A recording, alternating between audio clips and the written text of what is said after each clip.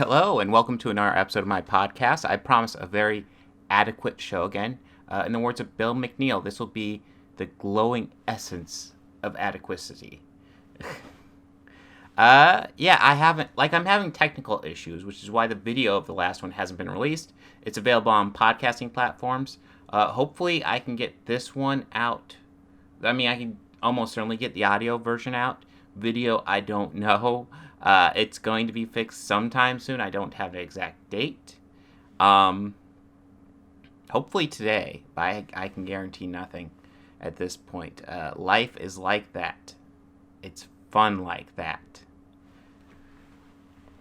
But as if you've looked online, I have posted, I would like to find a co-host. I would like to, just someone I have a good rapport with. Go ahead and I have information. I'll go ahead and put information like that in the description box. And also, I'm pretty much, what I would ask for you as a co-host is kind of like we'll converse about the topics that a lot of the fans request. Also, most of the time, come with your own rant or segment prepared. But yeah, if you've already submitted information to me, I will get to it probably in about a week. I want to let some of them collect, and then we'll do online interviews and see if we have good rapport. And then if that works out, we'll do episodes where we guest host.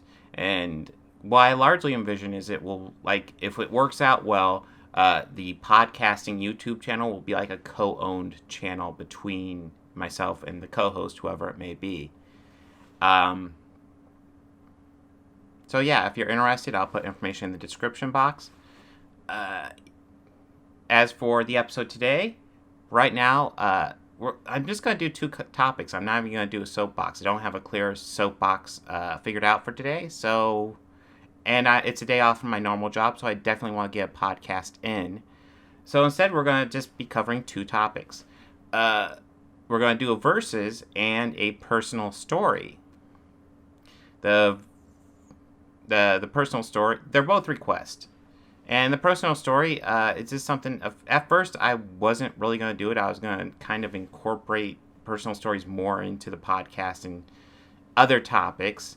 And that is still mainly my plan, but I think I'll go ahead and do a personal story today of just kind of an event that probably shaped my life more than anything else ever. And I don't see anything else shaping my life in such a drastic way again.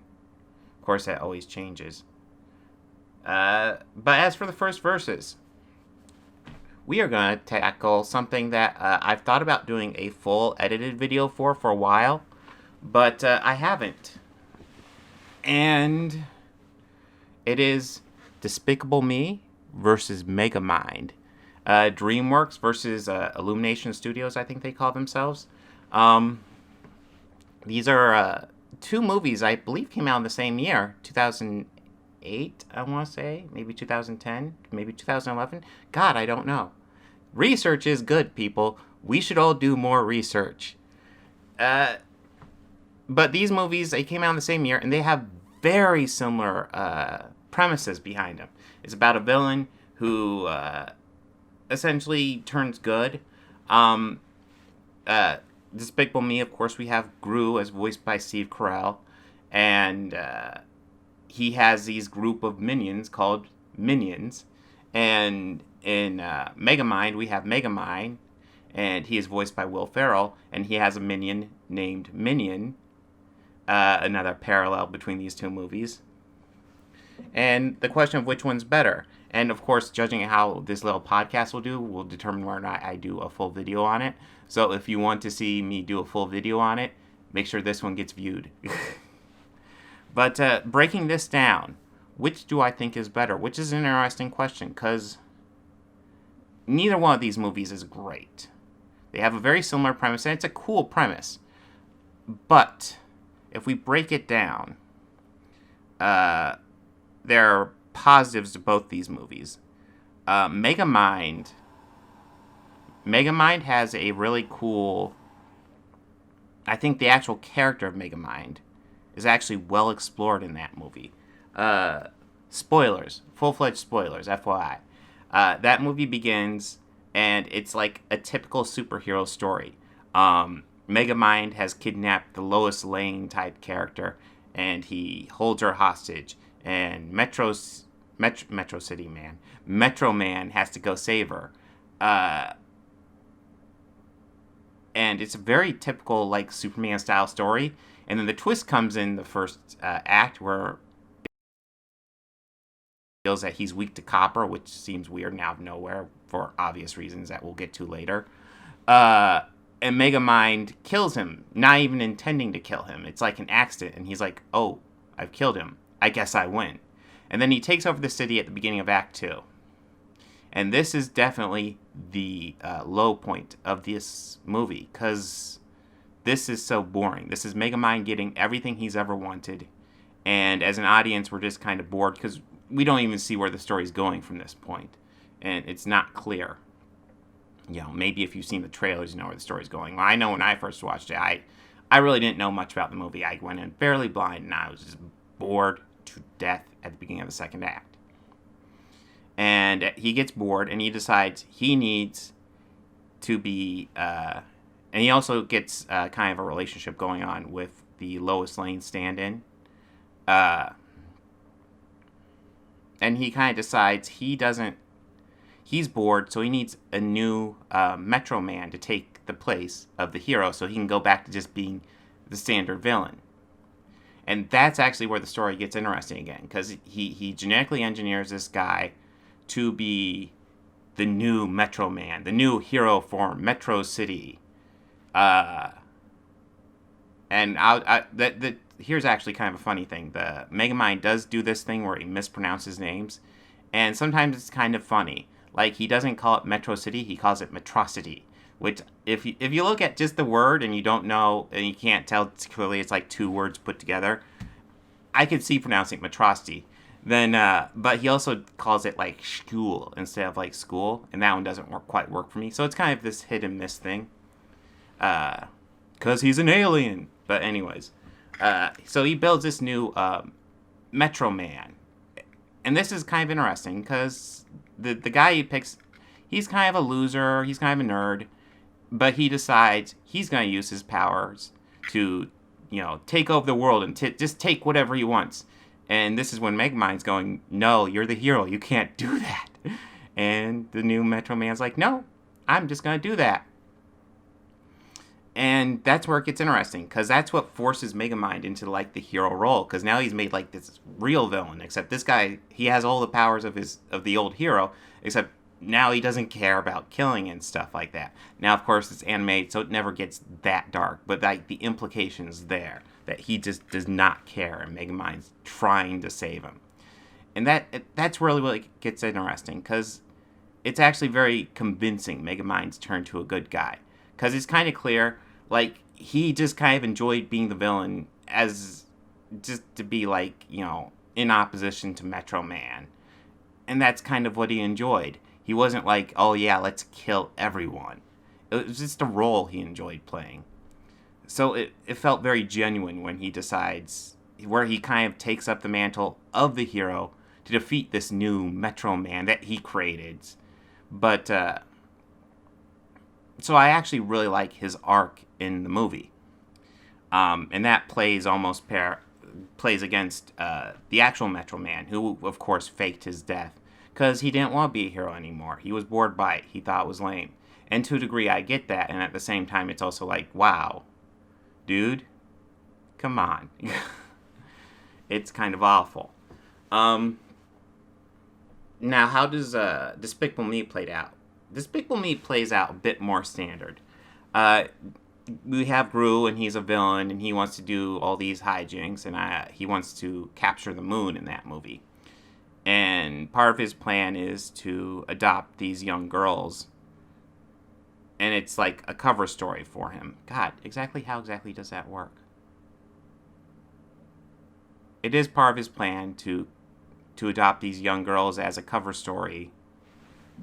Shit. This is why research is important. I don't remember that at all.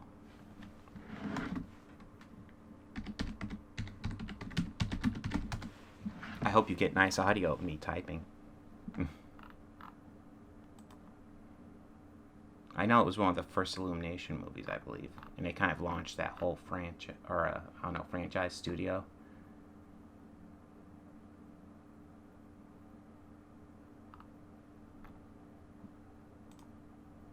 And yeah, he needs the shrink ray from another. Essentially, he's going against another supervillain because he wants to use the shrink ray to capture the moon.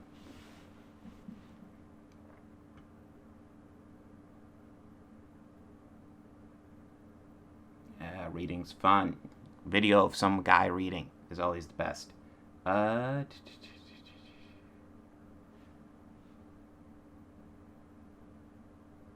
Why does he adopt the girls anyway? I'm really baffled by this. I'm trying to remember. What's the point of adopting the girls at all? He has no clue. Yeah. Gru's attempts at parenting are initially disastrous because he has no clue what to do with the children. I'm still trying to remember what the heck the kids have to do with the movie at all. Why adopt the kids?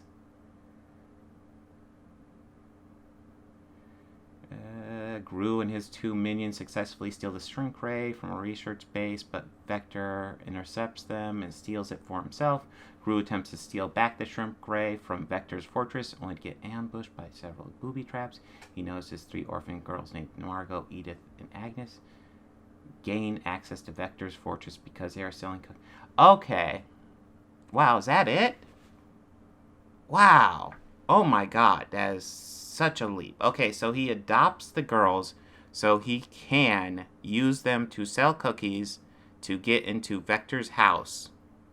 God, no wonder I didn't remember that. Jesus, that is a stretch. Holy crap. I'm going to adopt children so they can just... There's no easier way. He can't find actual Girl Scouts selling cookies and be like, hey, this guy likes to buy cookies. You should sell them to him. That's all he had to do. But no, okay, so I guess that's the conceit of the movie. So he adopts the girls so they'll pose as Girl Scouts to sell cookies to Vector to distract him so he can steal the shrink ray. Wow. Wow. Wow. Wow. That is kind of mind-blowing. Oh my god. I know what I'll do. I'll adopt children? That is such a stretch, man. Anyways, of course, he adopts the girls. He gets a close relationship with them, and he becomes kind of a father figure to them, and that turns him good. He steals the moon, but then he regrets it because he misses a recital, and he returns the moon. And does he... I know he eventually goes to a recital or something. I think he does miss the one, though. And that's the entire arc of Megamind and Despicable Me. And now that I break it down, yes, the beginning of the second act of Megamind is very boring. And Despicable Me doesn't have anything remotely that boring in it.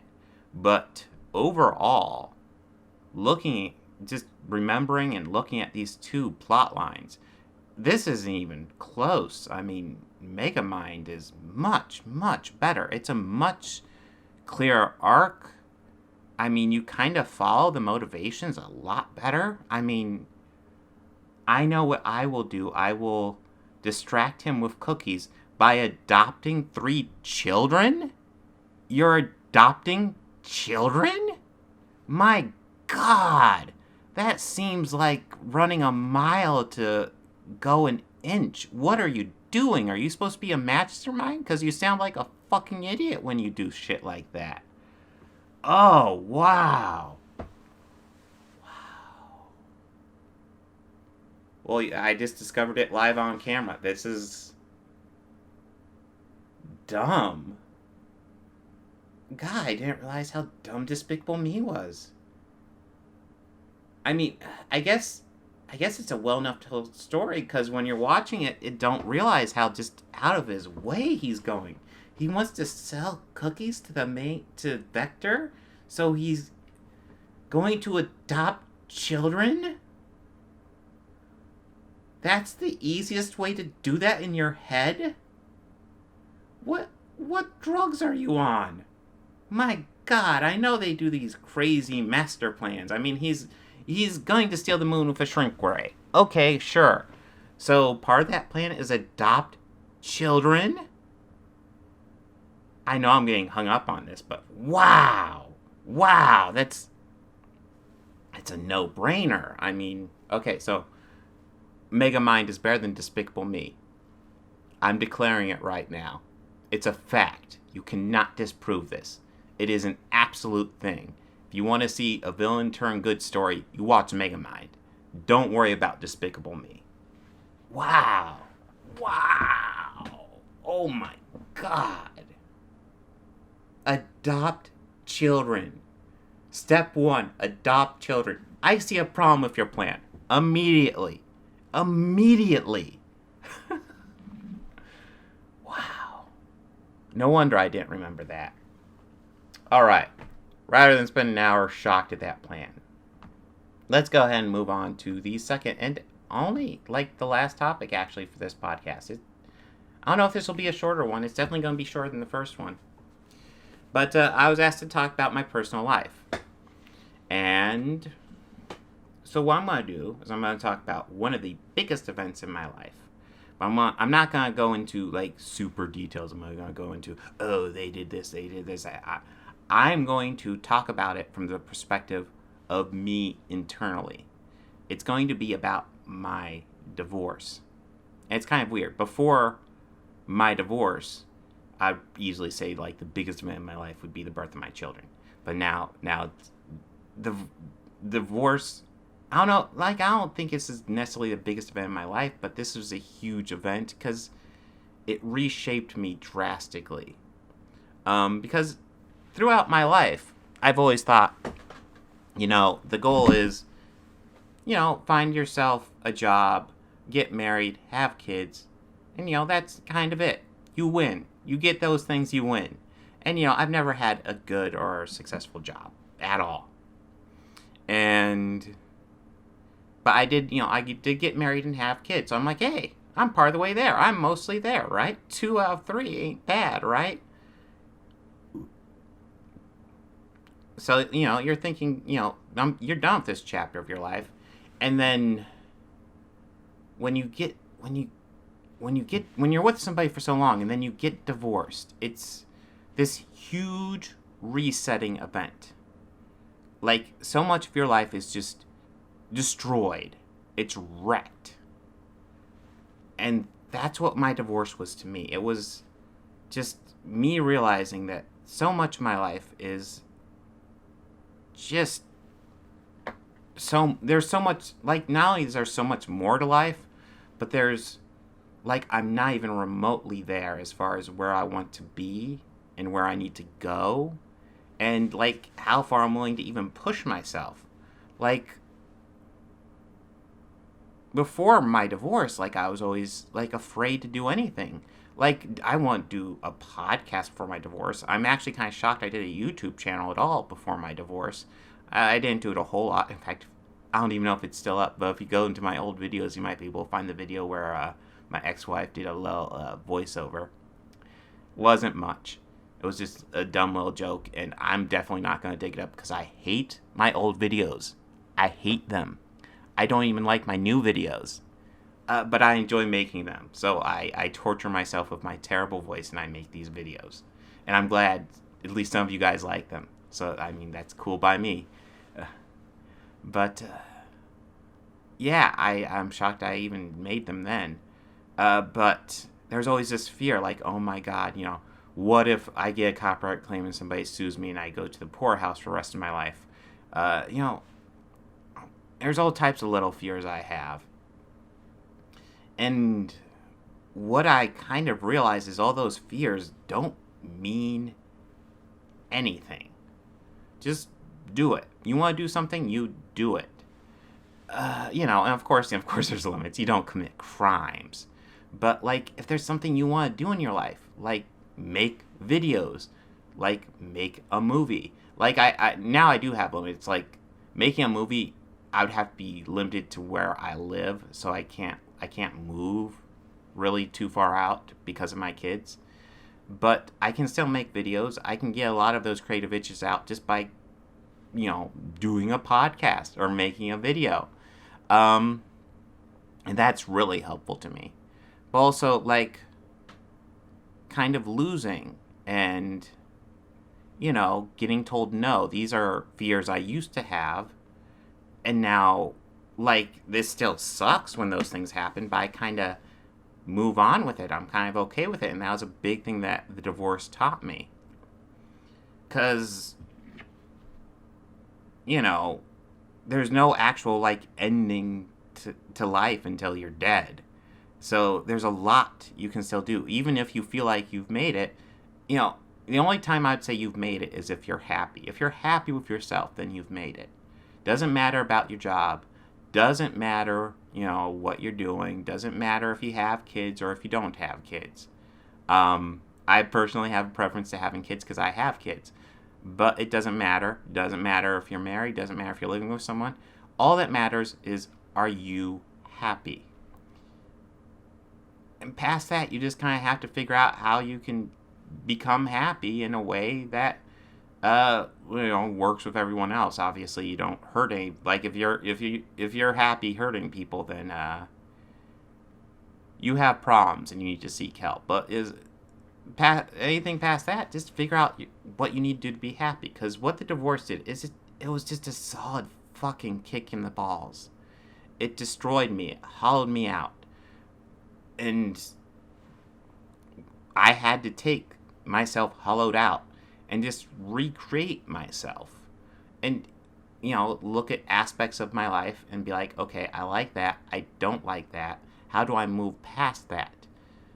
And that was kind of a really interesting time in my life. And it wasn't easy. It was as brutal as it gets from an emotional level. There's nothing fun about a divorce. I'm going to tell you that right now. And even once it's done, things can always get caught up again. There's always new fights to be potentially had.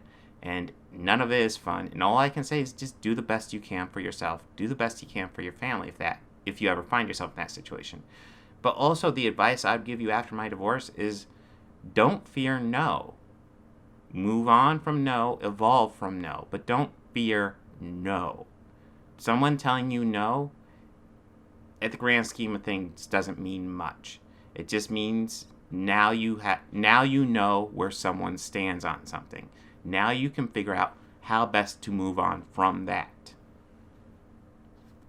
So,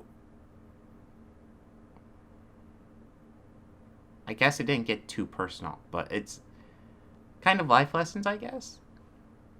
Life lessons from a guy who's kind of a loser. So there you go. So this is going to be even shorter than the other ones. Like I said, if you're interested in being a co-host, kind of discussing stuff, I will put details in the description box. As for, I'll try to do at least some of these, like every day off of work from my normal job when I don't have my kids. I'll probably try to get something out. Until then, I hope you enjoyed this very, very adequate show. And next time we'll definitely be discussing Loki.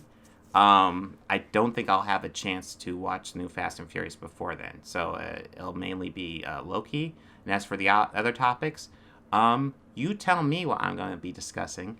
Type in the comments below. Take it easy.